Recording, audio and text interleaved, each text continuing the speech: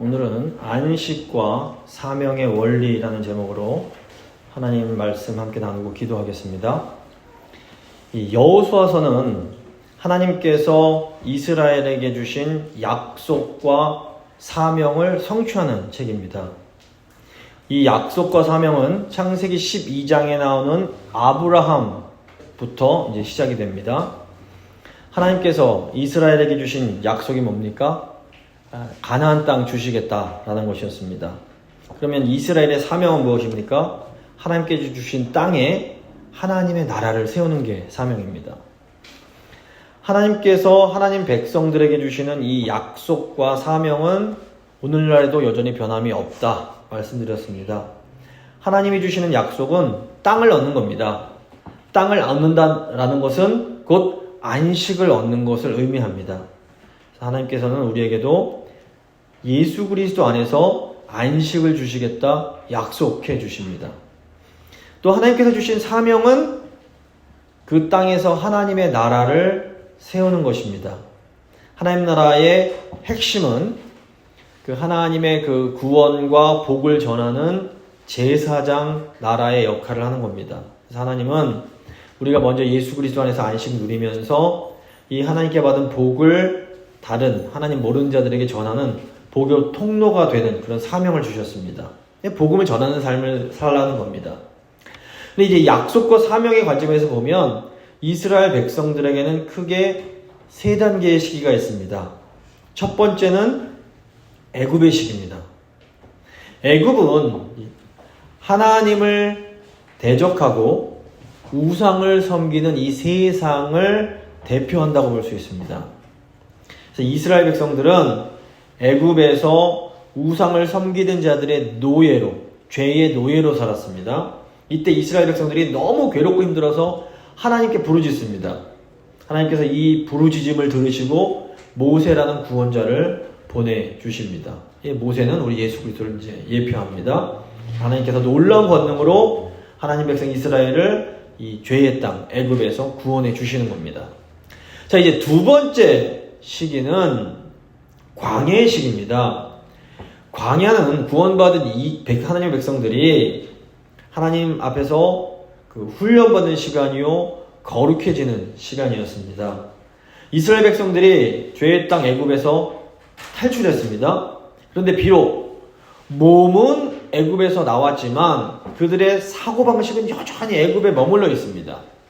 세상적 방식과 세상적 습관이 그들의 몸과 마음에 배어 있었기 때문입니다. 근데 출애굽한 이스라엘 백성들을 보면 조금만 어려운 일이 생겨도 뭐라 그럽니까? 아이고 애굽 때가 좋았는데 괜히 우리 데리고 나가서 이 고생을 시키는구나 하면서 모세와 아론을 원망합니다. 근데 이것은 사실 모세가 아니라 하나님을 원망한 것이었습니다. 결국 이들은 어쩔 수 없이 광야에서 40년간의 시간을 보내야만 했습니다. 근데 이 40년간의 광야 시간을 지내면서 애굽을 그리워하던 출애굽 1세대는 전부 죽게 됩니다. 여호수아와 갈렙 외에는 다 1세대가 이제 죽게 됩니다.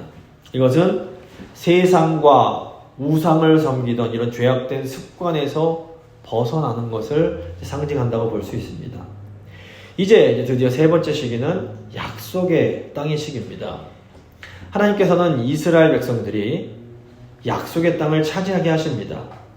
이곳에서 이스라엘은 하나님께서 주시는 안식을 누리고 이제 말씀에 순종하며 하나님의 나라를 건설해야 될 사명이 있었습니다.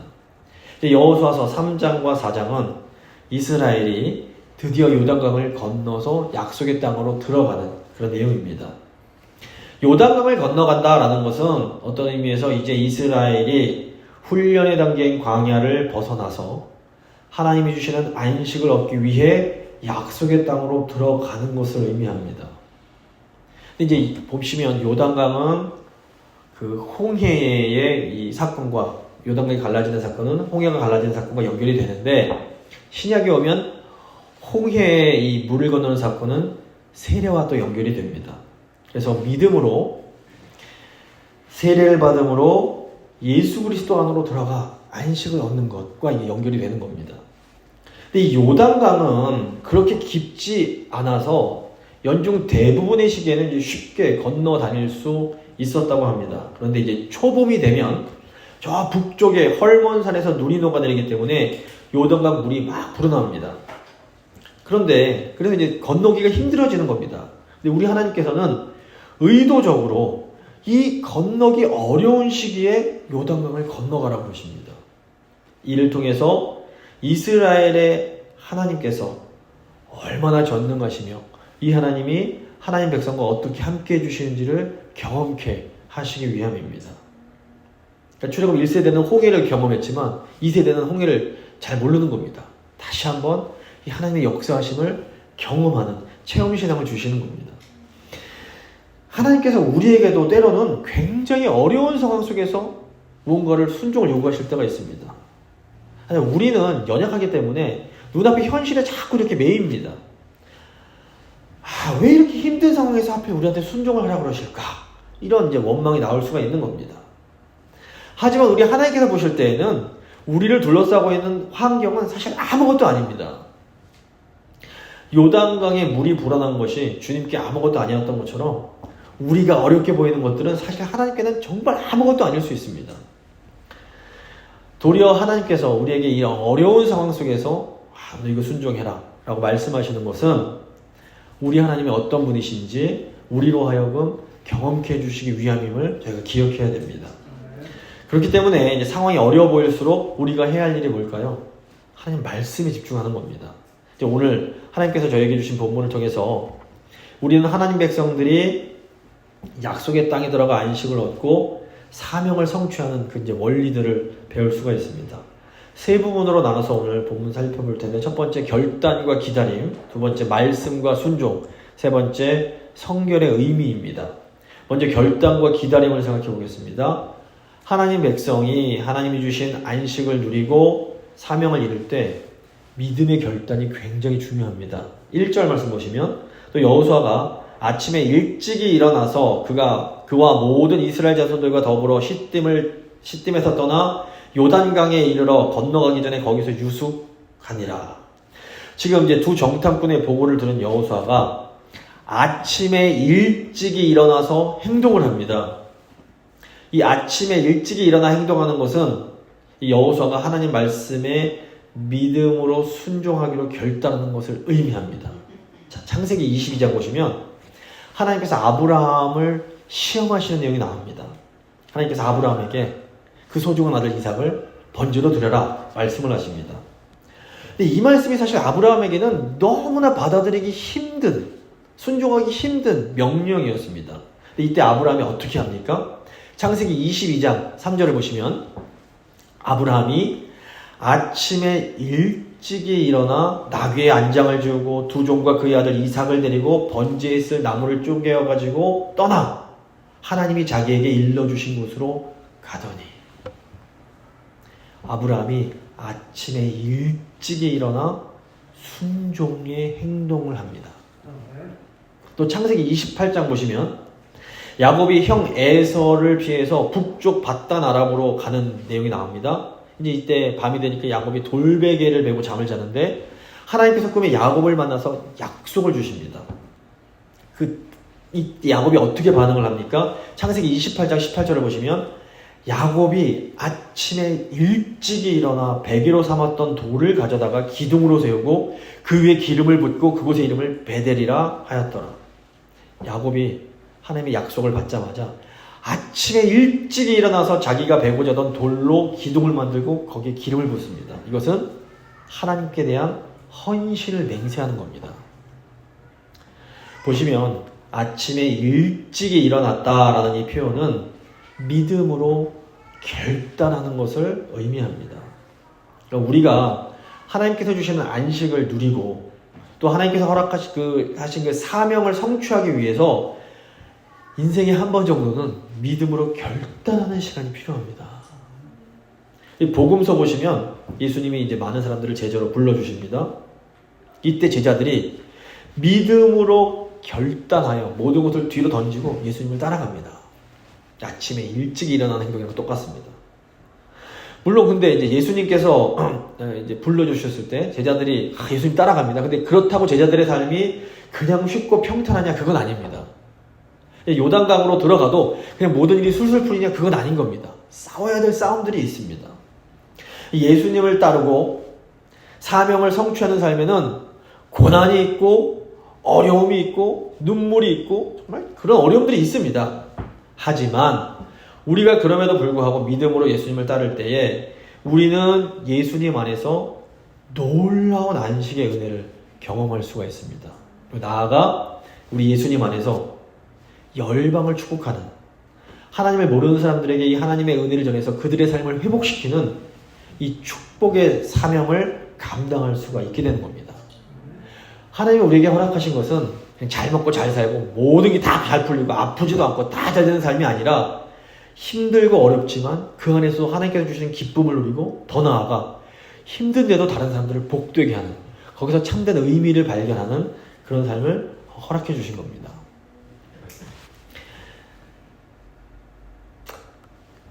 그런데 예수님의 초대를 받았다고 해서 모든 사람이 이런 믿음의 결단을 하지는 못합니다.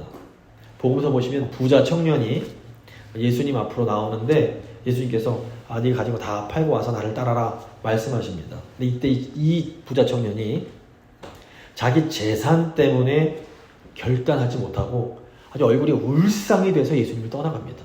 마가복음 보시면 예수님께서 그 청년을 사랑하셨다고 나와 있습니다. 이 청년이 예수님을 떠나갔는데 이제 평생 자기 재산을 지켰으니까 평생 부자로 살았을 겁니다.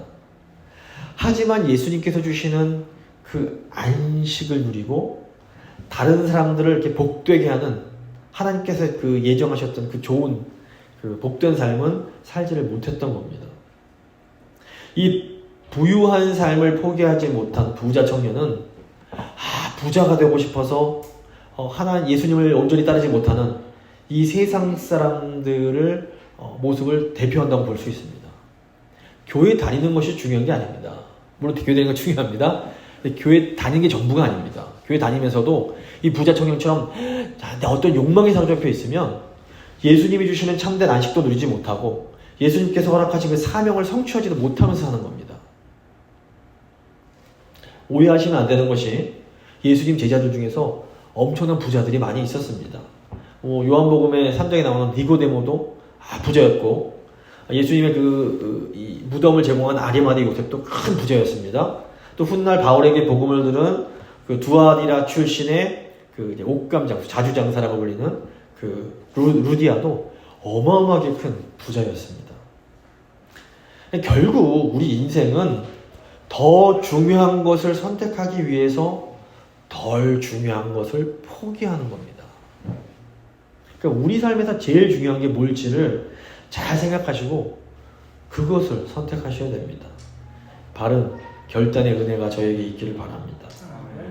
근데 저희가 조심해야 될 게 뭐냐면 이 결단과 서두름을 혼동하는 겁니다. 2절 보시면 사흘 후에 관리들이 진중으로 두루다니며, 믿음으로 결단하고 요단강에 도착한 여호수아는 서두르지 않고 그곳에 유숙하면서 백성들이 요단강을 건널 준비를 할 시간을 줍니다.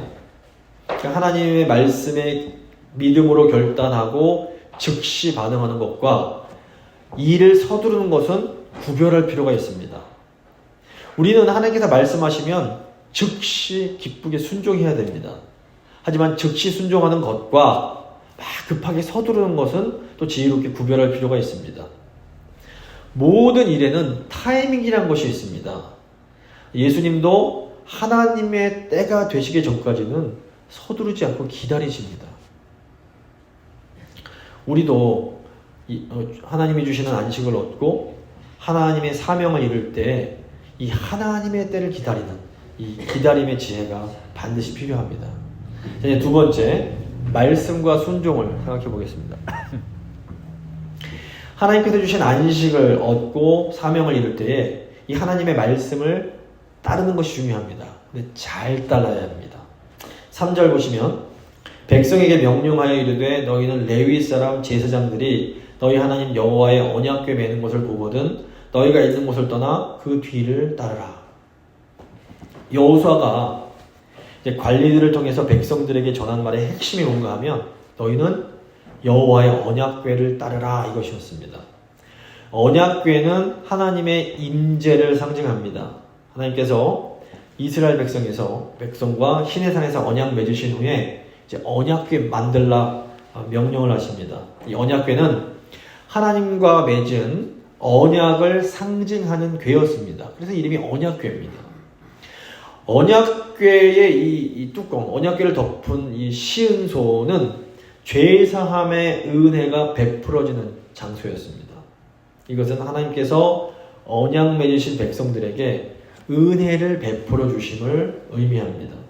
그런데 이 언약궤 안에 십계명이 적힌 돌판이 들어있었습니다.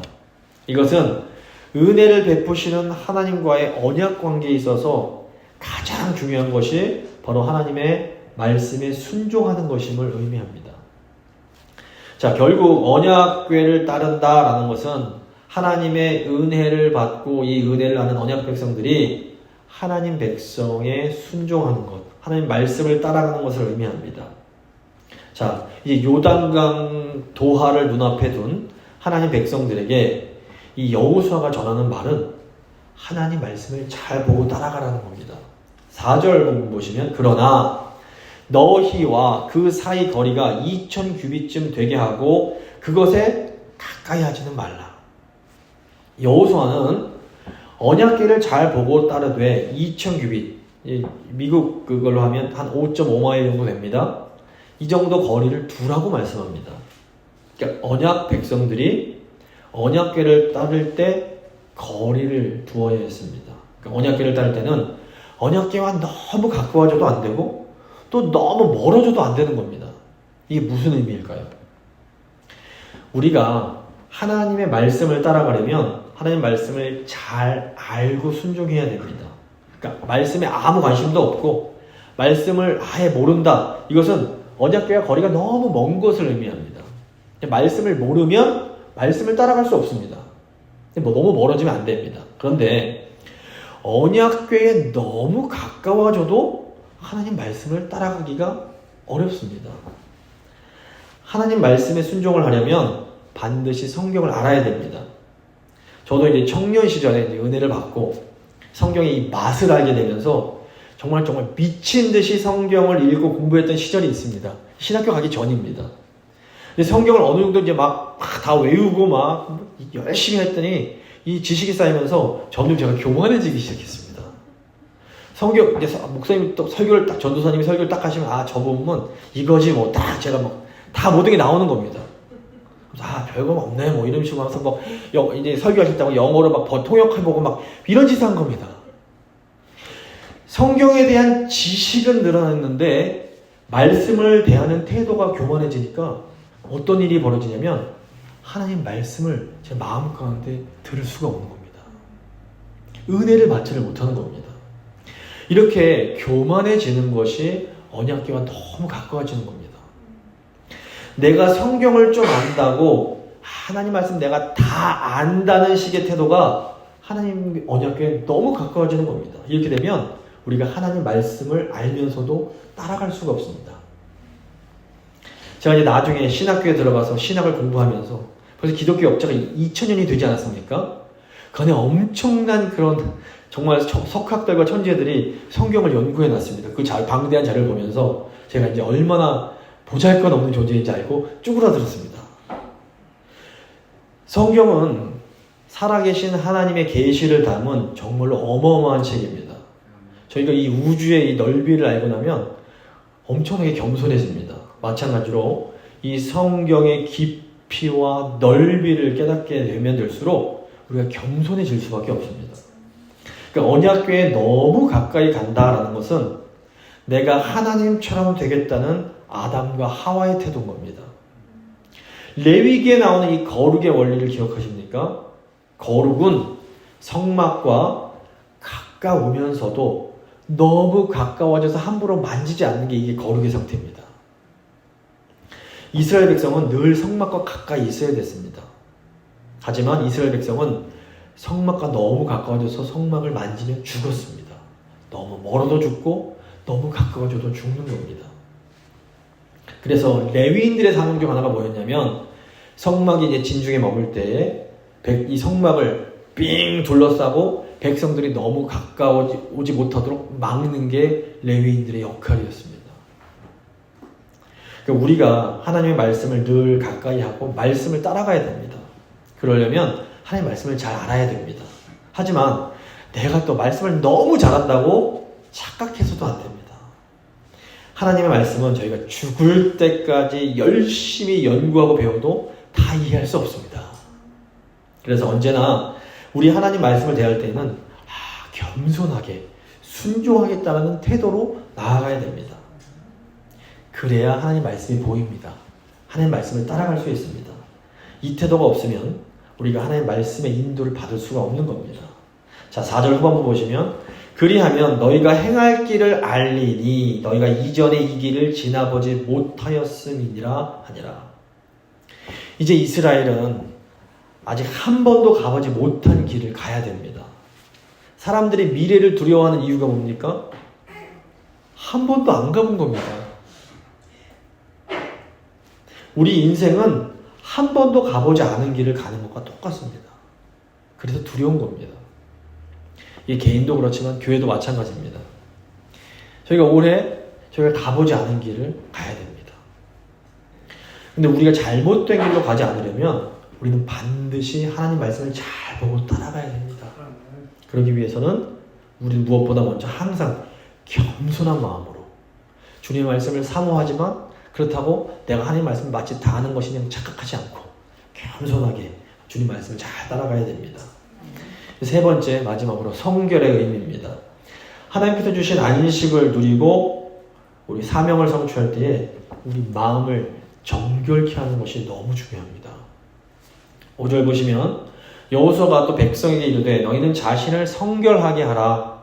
여호와께서 내일 너희 가운데 기이한 일을 행하시리라.